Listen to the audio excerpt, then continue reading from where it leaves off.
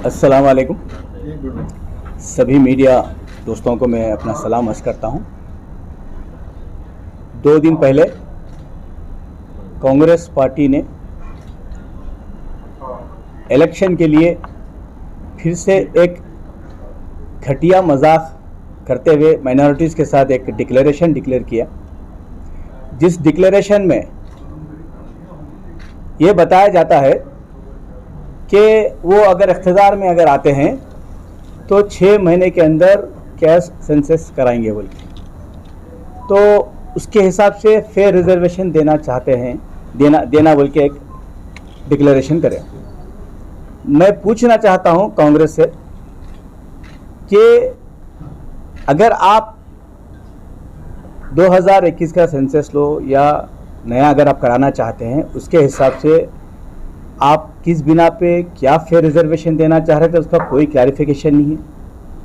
अगर नई आबादी के हिसाब से, मर्दमशुमारी के हिसाब से अगर आप देखेंगे तो माइनॉरिटीज़ का जो पॉपुलेशन रहेगा 16-17% जाएगा। तो आप 2004 में टीआरएस और कांग्रेस अलायंस में रहे, जब जो रिजर्वेशन 5% दिया गया था उसको जो है हाई कोर्ट ने रिजेक्ट करके 4% दिया गया। क्यों? 50% से ज़्यादा बैकवर्ड क्लास को आप रिजर्वेशन नहीं दे सकते।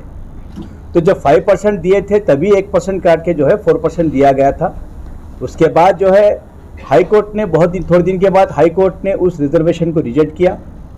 आज सुप्रीम कोर्ट पे स्टे ऑर्डर पे हमारा रिजर्वेशन चल रहा है।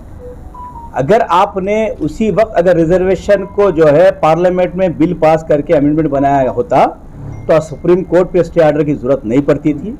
लेकिन हमेशा कांग्रेस ने मुसलमानों को, खासकर माइनॉरिटीज़ को पीठ में खंजर भोंका।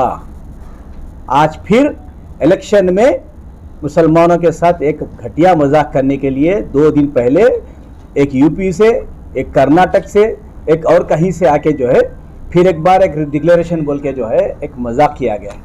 अगर आप मर्दमशुमारी करने के बाद, पॉपुलेशन अगर जब बढ़ने के बाद, जब पसमानदा मुसलमानों को जो है ज़्यादा तादाद में होने के बाद आप रिजर्वेशन, फेयर रिजर्वेशन किस में दोगे, कैसा दोगे? आप इसका कोई क्लैरिफिकेशन नहीं है। इस बारे में मैं क्वेश्चन करना चाहता हूं कांग्रेसी से कि आप फेयर रिजर्वेशन बोल के बोल रहे हैं, ऑल बैकवर्ड क्लासेस से बोल रहे हैं, क्या बीसीस को हमसे लड़ाने के लिए चाल चली जा रही है?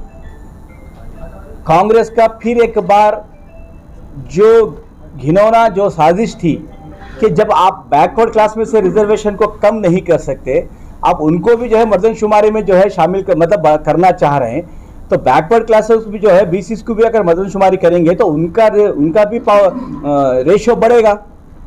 जब उनका रेशियो बढ़ेगा, हमारा रेशियो बढ़ेगा, तो आप करेंगे किस में से?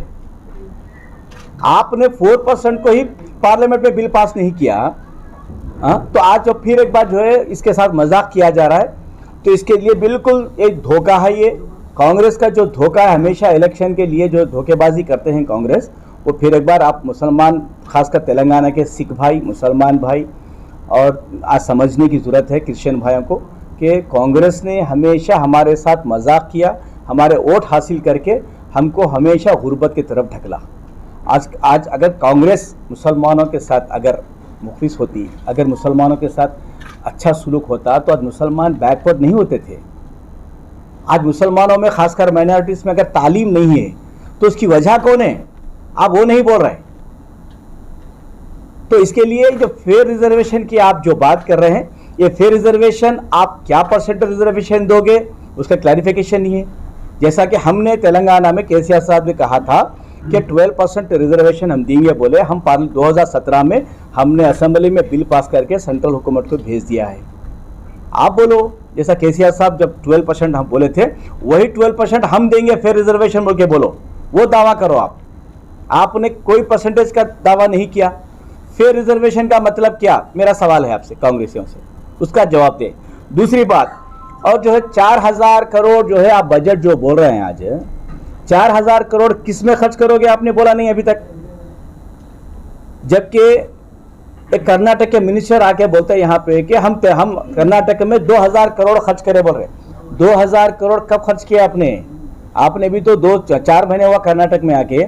वहाँ का कर्नाटक का पॉपुलेशन 1 करोड़ है मुसलमानों का, आपने 2000 करोड़ वहाँ रखे हैं। में हाल ही में 105 एकड़ ज़मीन अलॉट की गई।